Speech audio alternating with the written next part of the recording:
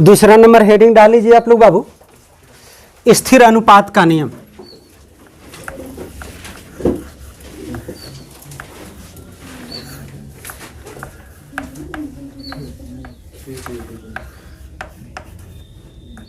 स्थिर अनुपात का नियम,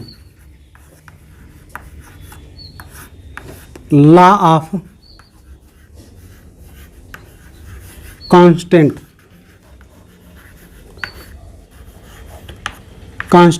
प्रोपोर्शन।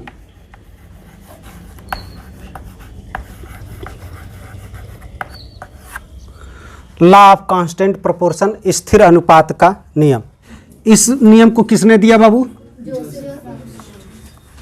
जे प्राउस्ट, अर्थात अंग्रेजी में जे प्राउस्ट, PROUST। जे, इस नियम को किसने दिया था? जे प्राउस्ट ने दिया था। इन्होंने हमको ये बताया कि प्रत्येक यौगिक का रासायनिक संगठन जो होता है ना, वह निश्चित होता है। क्या होता है? और स्थिर होता है। प्रत्येक यौगिक या पदार्थ भी लिख लीजिए, पदार्थ का रासायनिक संगठन निश्चित और स्थिर होता है। और स्थिर होता है। जेल प्राउस्ट ने क्या बताया बाबू? प्रत्येक यौगिक का रासायनिक संगठन जो होता है वह निश्चित और स्थिर होता है। वह यौगिक जो होता है उसके कभी भी बनाने की विधि या स्रोत पर निर्भर नहीं करता है। फिर गौर से समझिएगा, इन्होंने क्या बताया? जेल प्राउस्ट ने हमको ये बताया कि कोई भी यौगिक है या कोई भी पदार्थ है, उस यौगिक या पदार्थ का रासायनिक संगठन सदैव निश्चित और स्थिर होता है।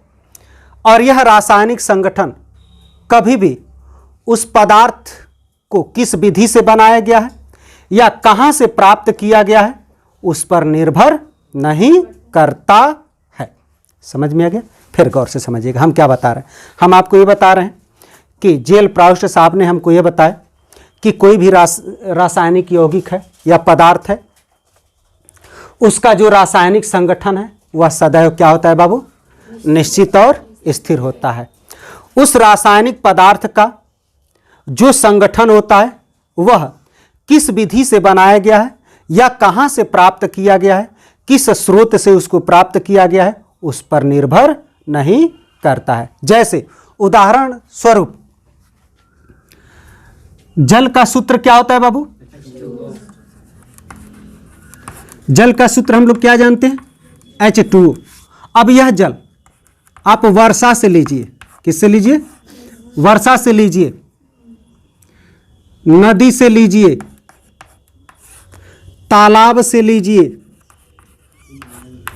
पोखरे से लीजिए, किससे लीजिए बाबू? आप चाहे वर्षा से लीजिए, चाहे नदी से लीजिए, चाहे तालाब से लीजिए, चाहे पोखरे से लीजिए, बोलिएगा आप लोग, चाहे कुआं से लीजिए, चाहे नल से लीजिए। समझ में आ गया? बोलिएगा, चाहे आरओ से लीजिए, किससे लीजिए? आरओ से लीजिए। सब में जो सूत्र होता है बाबू H2O होता है। चाहे वर्षा का पानी हो तब भी सूत्र H2O होगा, नदी का पानी हो तब भी H2O होगा, तालाब का पानी हो तब भी H2O होगा, पोखरे का पानी हो तब भी H2O होगा, कुआं का पानी हो तब भी H2O होगा, नल का पानी हो तब भी H2O होगा, आरओ का पानी हो तब भी H2O होगा। बताइए रासायनिक संगठन में कोई परिवर्तन हुआ? नहीं ना। क्लियर क्या? इसका अनुपात हम लोग देख ले। क्या देख लें बाबू? अनुपात देख लें। दुसंबंधे 16, दुसंबंधे 16, दुसंबंधे 16, दुसंबंधे 16, दुसंबंधे 16, दुसंबंधे 16, दुसंबंधे 16 है अनुपात। देखिए क्या कोई अनुपात में फर्क पड़ा? थोड़ा और छोटा अनुपात कर ले।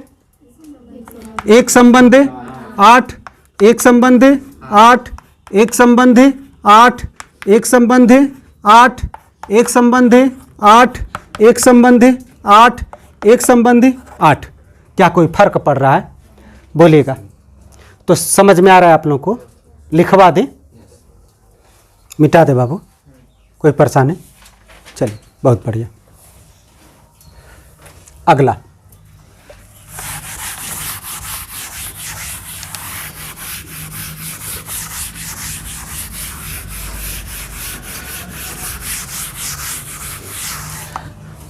अगला हेडिंग डाल लीजिए, तीसरा नंबर, गुणित अनुपात का नियम।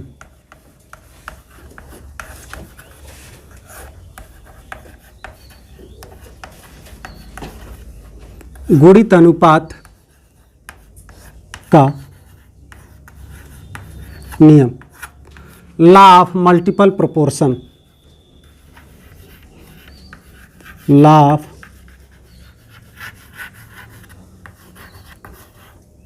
Multiple proportion.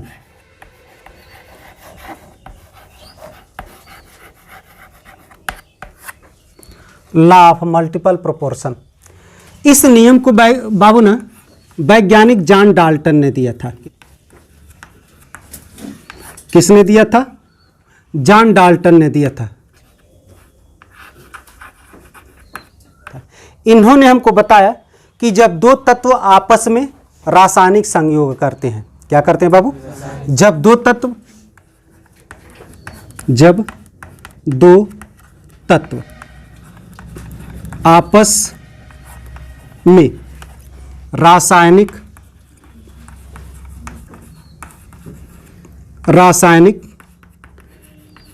संयोग करते हैं। क्या इन्होंने बताया बाबू? इन्होंने हमको यह बताया कि जब दो तत्व आपस में रासायनिक संयोग करते हैं, यहां तक क्लियर हुआ? तो एक तत्व का भिन्न भिन्न द्रव्यमान, एक तत्व का भिन्न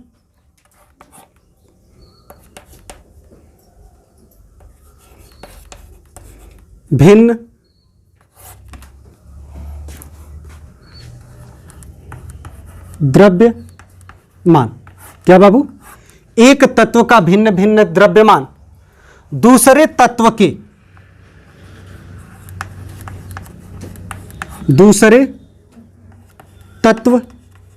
के समान द्रव्यमान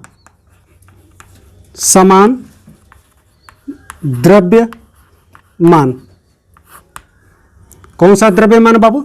समान द्रव्यमान से संयोग करता है, से संयोग करता है, तो उनमें एक सरल अनुपात पाया जाता है। तो इनमें सरल गुणित अनुपात कह लीजिए या अनुपात कह लीजिए, सरल गुणित अनुपात पाया जाता है।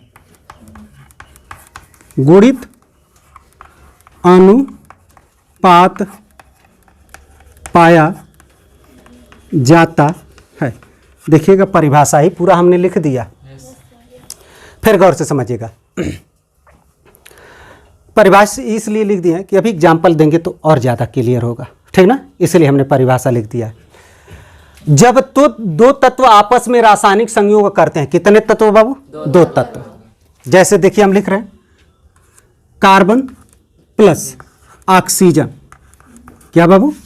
कार्बन प्लस ऑक्सीजन मिल करके क्या बना लिए? Carbon mono oxide. दो तत्व आपस में संयोग करते हैं, कोई परेशानी?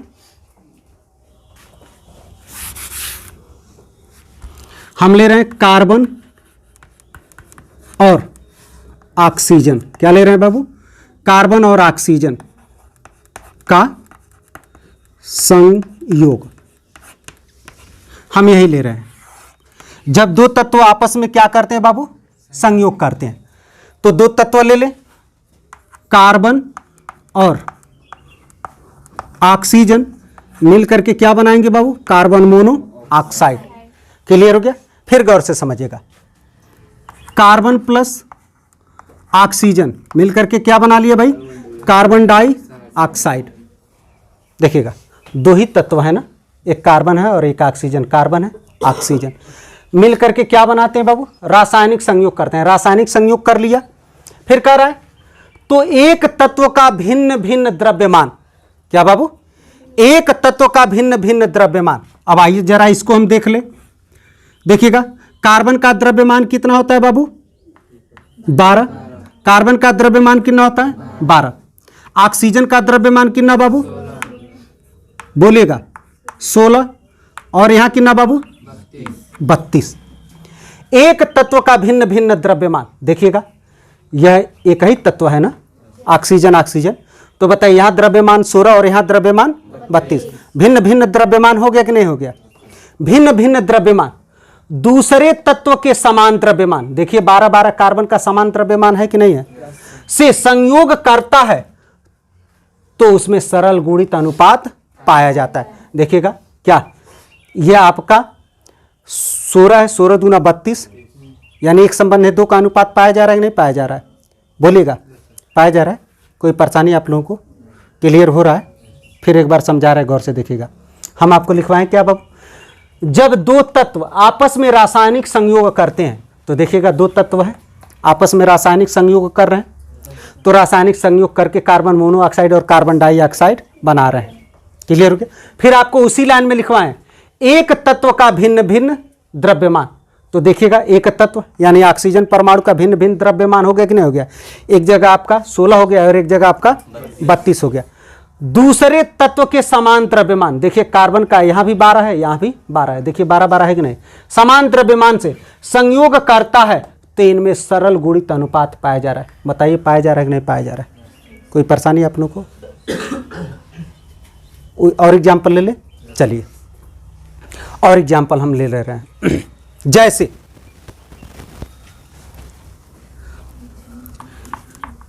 H2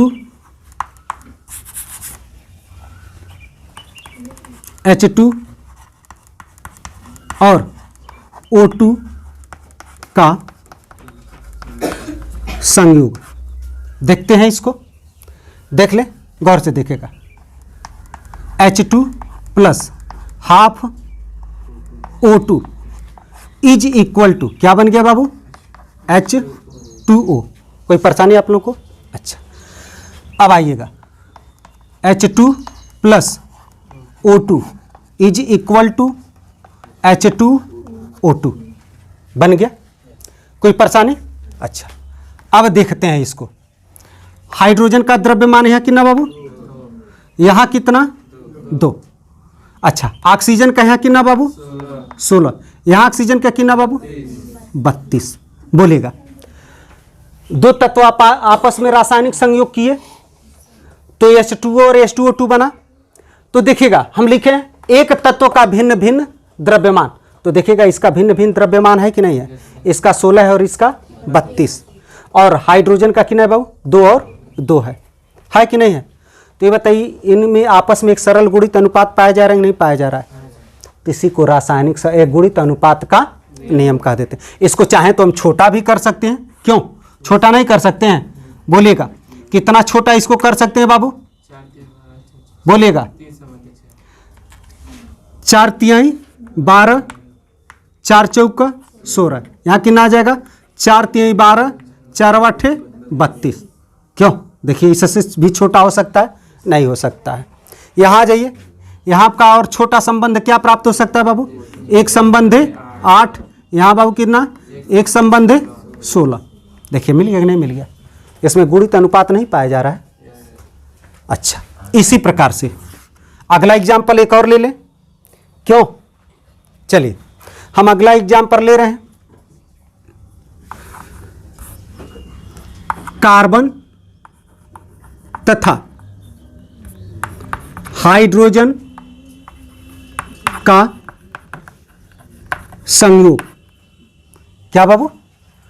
कार्बन तथा हाइड्रोजन का संयुग। अब इससे देखते हैं।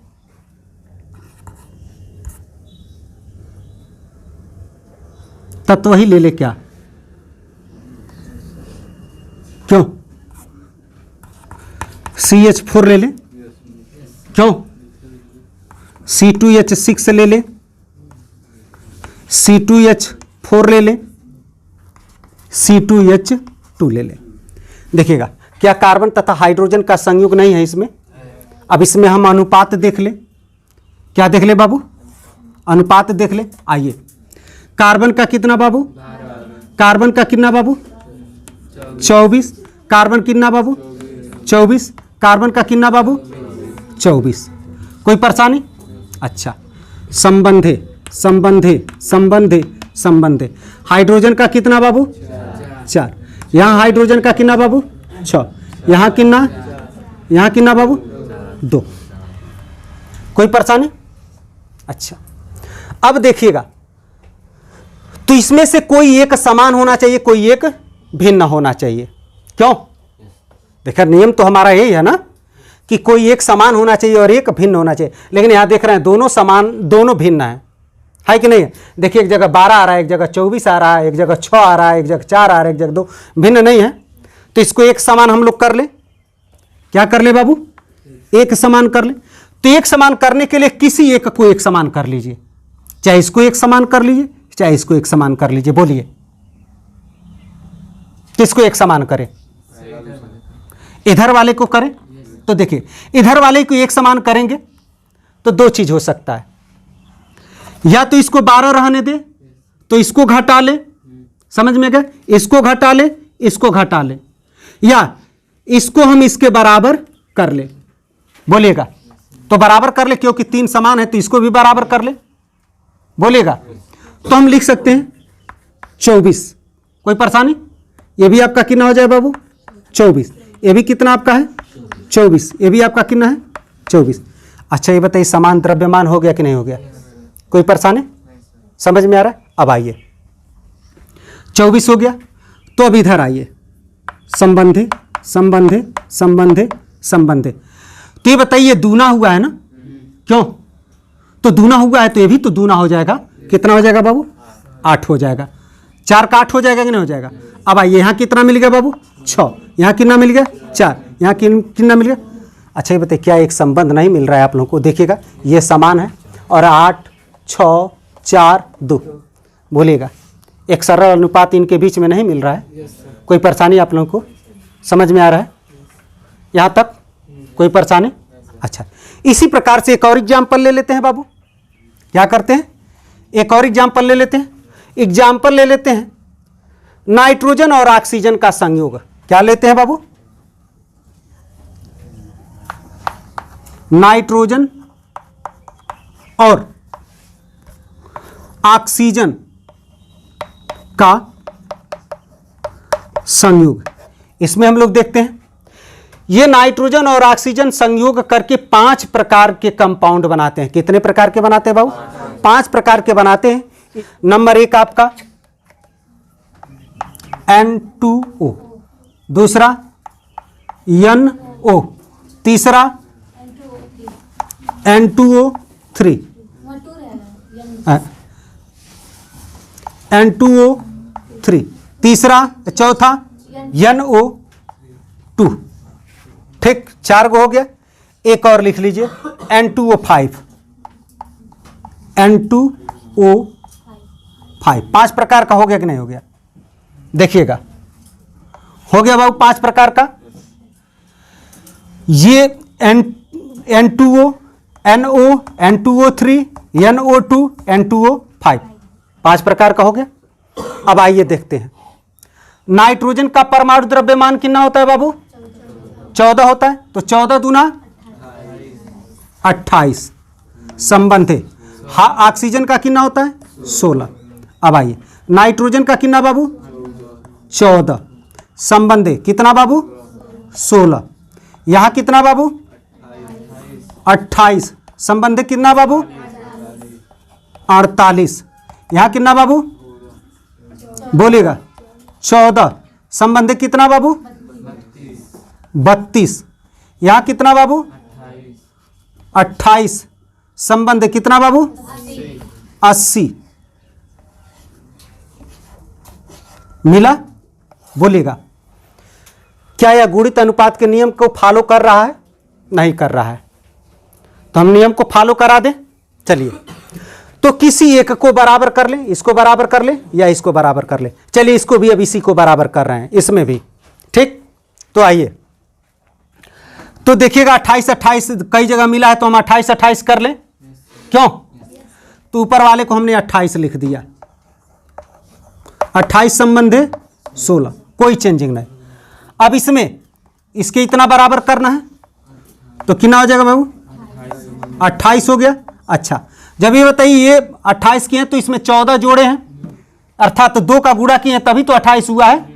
बोलेगा तो यह 16 है, तो इसका भी दूना हो जाएगा। कितना हो जाएगा बाबू? 32। कोई परेशानी? अच्छा, फिर आ जाइए 28 संबंध कितना बाबू? 48। कोई परेशानी? अब आ जाइए, यहाँ कितना है बाबू? 14 दूना कितना है? 14 दूना कितना हो जाएगा? 28। तो 32 दूना कितना हो जाएगा? 64। फिर यहाँ जाइए 28 संबंध 80। बताइए बराबर मिला कि नहीं मिला? मिला।